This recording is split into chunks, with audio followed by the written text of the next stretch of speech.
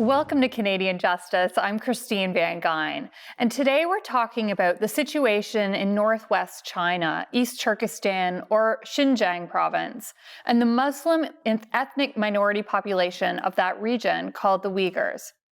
Since 2014, the Chinese government has pursued a policy leading to more than 1 million Muslim Uyghurs being held in secretive internment camps.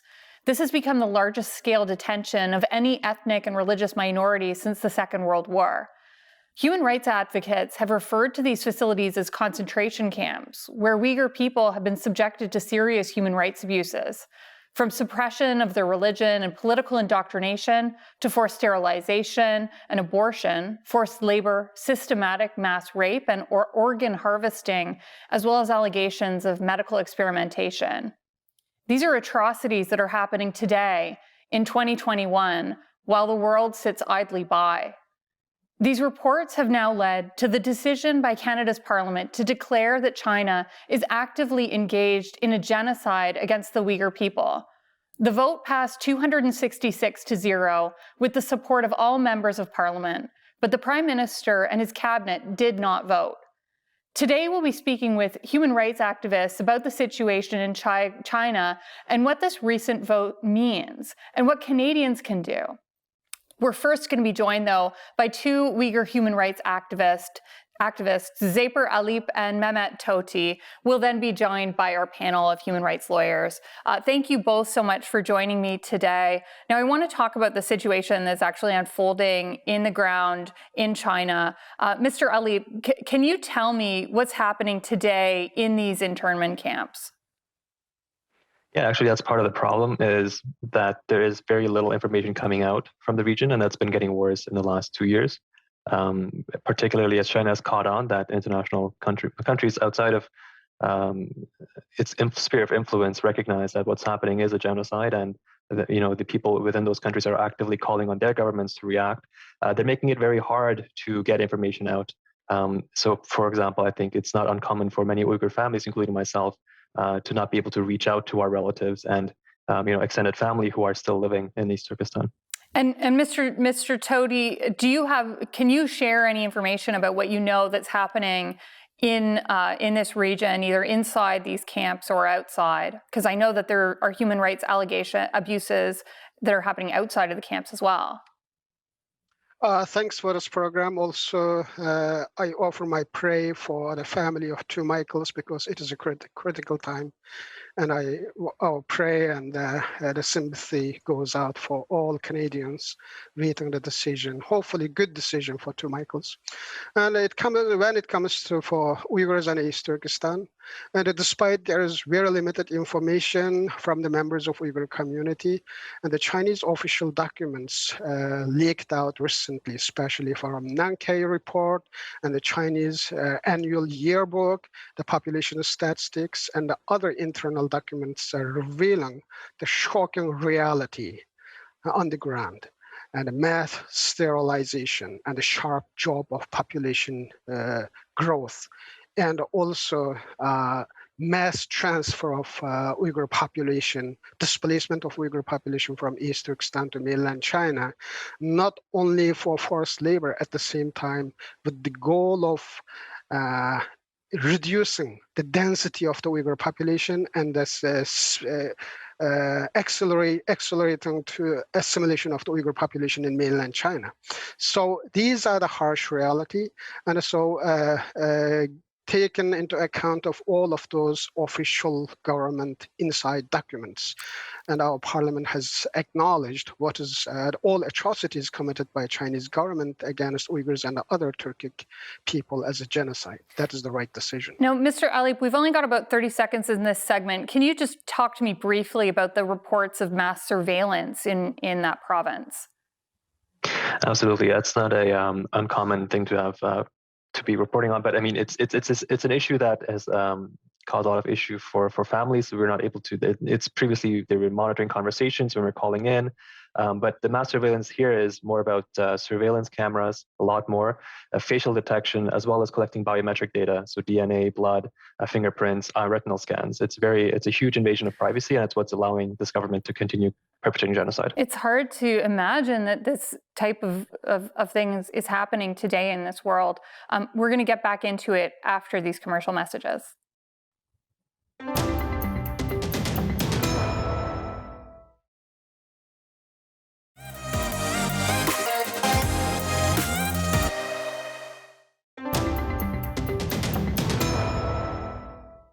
Welcome back to Canadian Justice, where we're talking about the Uyghur Genocide in northwest China. Now, Mr. Toti, can you explain to me why the Chinese government is doing this? Do we have an understanding at all? Actually, a recent report published by a Foreign Affairs Committee in our Parliament, they put a very short summary. Basically, Chinese government decided that they needed the ancestral land of the Uyghurs, East Turkestan, for its expansionist policy and for natural resources, but they didn't want the rightful owner of this land. And for that reason, they decide to eliminate them or forcefully assimilate them into Chinese society by banning all of their national identity elements, just like language, history, scholars, and enforcing a harsh measure to prevent birth, separating children from parents, and the displacement of reproductive aged man and the female to massive labor camps more than 4,000 kilometers away from their cultural sphere, and interning millions of them in concentration camps.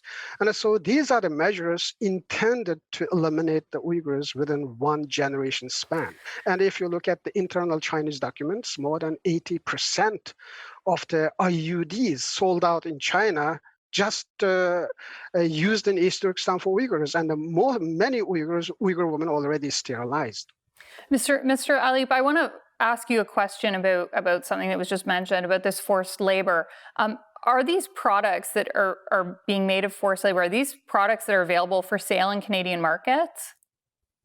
Oh, absolutely. There's no doubt in that. Canada has we've seen the government work towards putting in mechanisms to stop the flow of forced labor goods, but there have yet to be any seizures or any publicly announced results of those measures coming into effect. Whereas in the U.S., we've seen they've already seized, hair products, agricultural goods as well, and clothing, so cotton, a lot of cotton products too.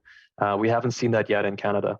And how would people know that these products are coming from forced labor if they want to decide not to buy them? Yeah, so you would have to do a little bit of research. There are sources available to show which companies have not taken the efforts to clean up their supply chains and make sure that they have certified suppliers and vendors working with them. But in general, there are companies like Huawei who have, supported significantly the Beijing's effort to do genocide, basically, on the Uyghurs. So there are companies like that can be avoided.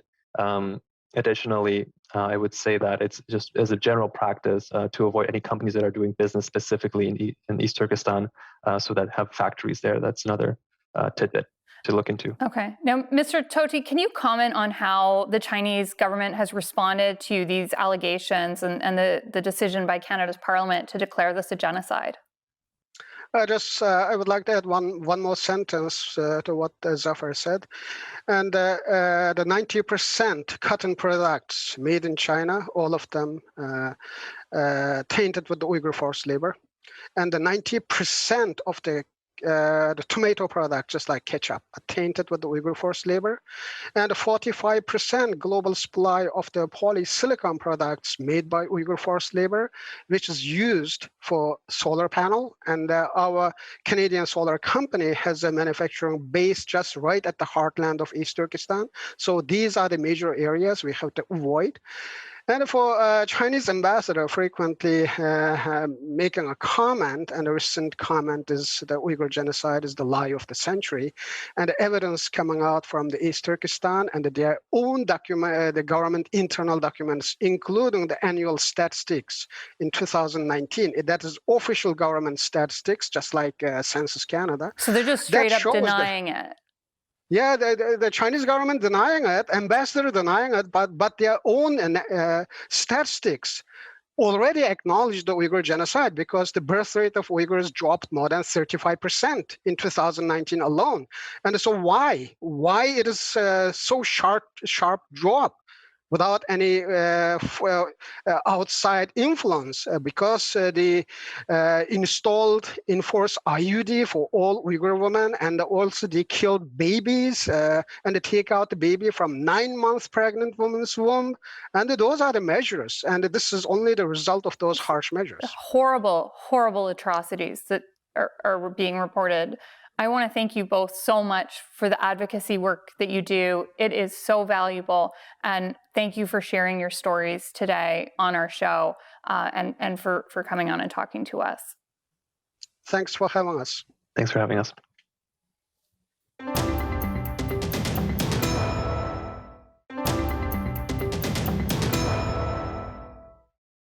Welcome back to Canadian Justice, where we're discussing the situation in Northwest China and Canada's Parliament's decision to declare it a genocide of the Uyghur people. I'm joined now by two Canadian human rights advocates. David Kilgore is a Canadian human rights activist, a former lawyer, and a Canadian human rights research fellow with the Raoul Wallenberg Centre. And Kaveh Shahruz is a Canadian lawyer and human rights activist and senior fellow with the Macdonald-Laurier Institute. Thank you both so much for joining me today. Mr. Shahruz, I'd like to start with you. Is there a legal definition for genocide? And can you tell me how the Chinese government's treatment of the Uyghur people meet that definition? Yes, Christine, there is a legal definition. It's a term that's often used inexactly by people in common discussion, but the legal definition of it is one of several acts, like murder, like forced sterilization, preventing births and forcibly transferring children, all done with the intent of destroying, either in whole or in part, a national or ethnic or racial group. Now, in terms of China's actions, I think you're hearing very credible reports about forced sterilization of women, for example, or mass rapes of women. And these acts, if they're done with the intent to destroy the Uyghur population, and it appears that they are done with that intent, would constitute genocide under international law. Okay, so Mr. Kilgore, the Canadian Parliament has now declared this to be a genocide. What's your view on that decision by Parliament? Oh, strongly supportive.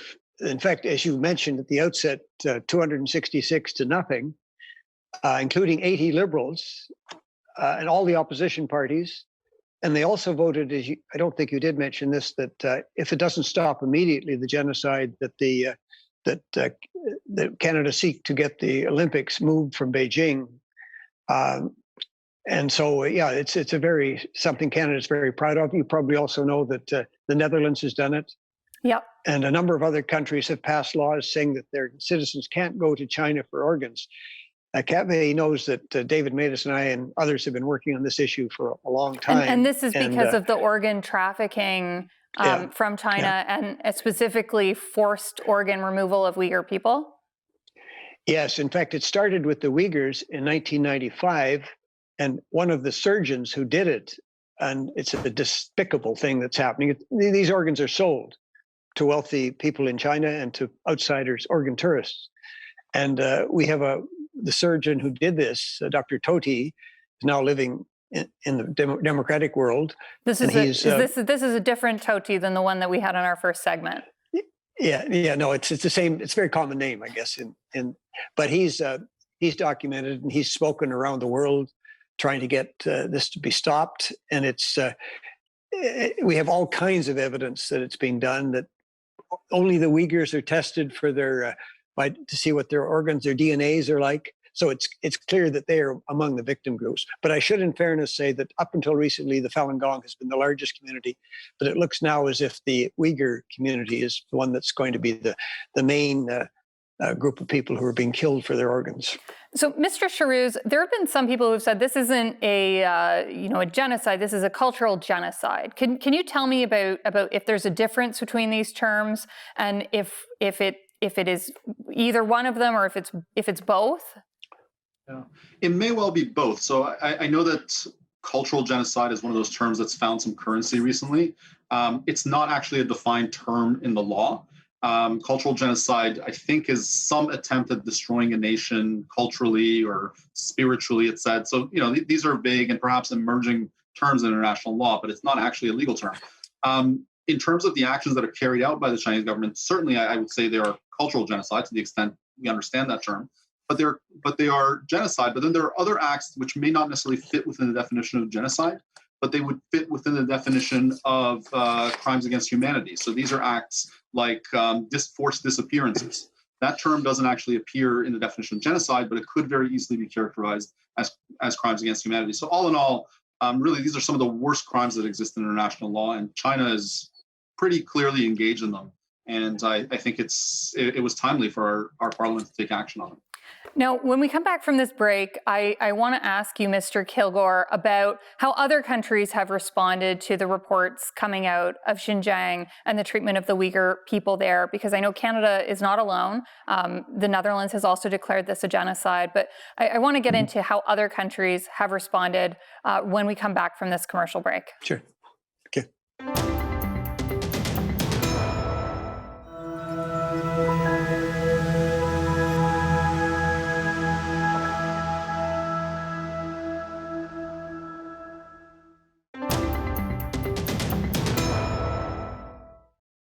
Welcome back to Canadian Justice, where we're today discussing the Uyghur genocide in northwest China. Now, Mr. Kilgore, I want to follow up on my question I asked you just briefly. How has the international community responded to the allegations made against China? Well, not as well as it should have, with two conspicuous exceptions, Australia and the United States. The U.S., they're both trying to basically boycott goods made in Xinjiang province. As you heard earlier, the sorts of products that are made. There are a number of other consumer products. To its credit, Apple has recently apparently stopped buying one of its parts made for its phones made in Xinjiang province. And if that's the case, I give them great credit. But a lot more companies in the West have to do the same thing. I think it's very well known that Volkswagen makes vehicles throughout China, but it has at least one plant in Xinjiang. And we've asked, in fact, people are protesting at the Volkswagen dealerships in Ottawa, and I hope it will be across the country before long, to get them to stop using forced labor products made there. So there are a lot of things. The House of Representatives in the States has actually passed a law. Almost every member voted for it, to say that unless the U.S. Customs could corroborate that a good was not made with forced labor, it cannot be allowed into the United States. Canada, as you heard earlier, hasn't gone that far yet, but hopefully we will, because it's, I don't think, in fact, the poll out today on public opinion about this suggests this too, that Canadians do not want to be buying products made by forced labor in China or anywhere, of course. So, Kaveh, I want to follow up with that question with you. I want to know what the international community can do. I know we have there's an international criminal court that deals with issues like genocide. What's the ability to bring China to the ICC to be prosecuted for what's happening in Xinjiang? Yeah, unfortunately, the prospects for that aren't very good. China is not a signatory to the main statute, the Rome Statute, that would allow somebody to bring a claim to the ICC. Claims can be brought if the UN Security Council decides, but China sits on the UN Security Council, and it can certainly block any such action. So unfortunately, I don't think justice is going to be found in the courts. It's going to have to come diplomatically. It's going to have to come through, possibly courts in other jurisdictions. Now, if something is deemed a genocide under the Genocide Convention, every country that declares that genocide has to actually take action. So if anyone that's engaged in these horrible acts, if they're on U.S. soil, Canadian soil, elsewhere, they should stand trial there. And I think that's probably the best chance we have at justice legally. Now, Mr. Kilgore, we only have about a minute left, and I want to ask you about the decision of the Prime Minister not to vote on this. And I imagine part of what went into his decision-making is a concern over the two Michaels who are basically diplomatic hostages in China right now. Can you comment on that at all? A minute's not very long. Basically, Clive Ansley, who's a Canadian lawyer who practiced law in Shanghai for 14 years, has explained it this way. The courts in China have a 99% conviction rate.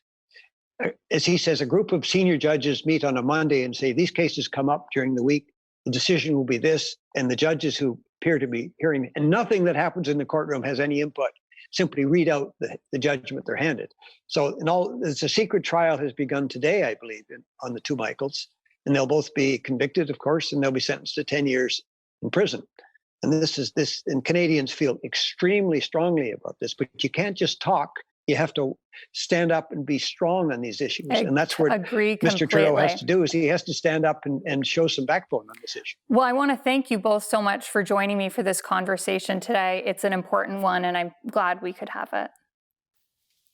We've heard today about the atrocities unfolding in Xinjiang province in northwestern China, where the Chinese government is engaged in a genocide against the Muslim minority Uyghur population.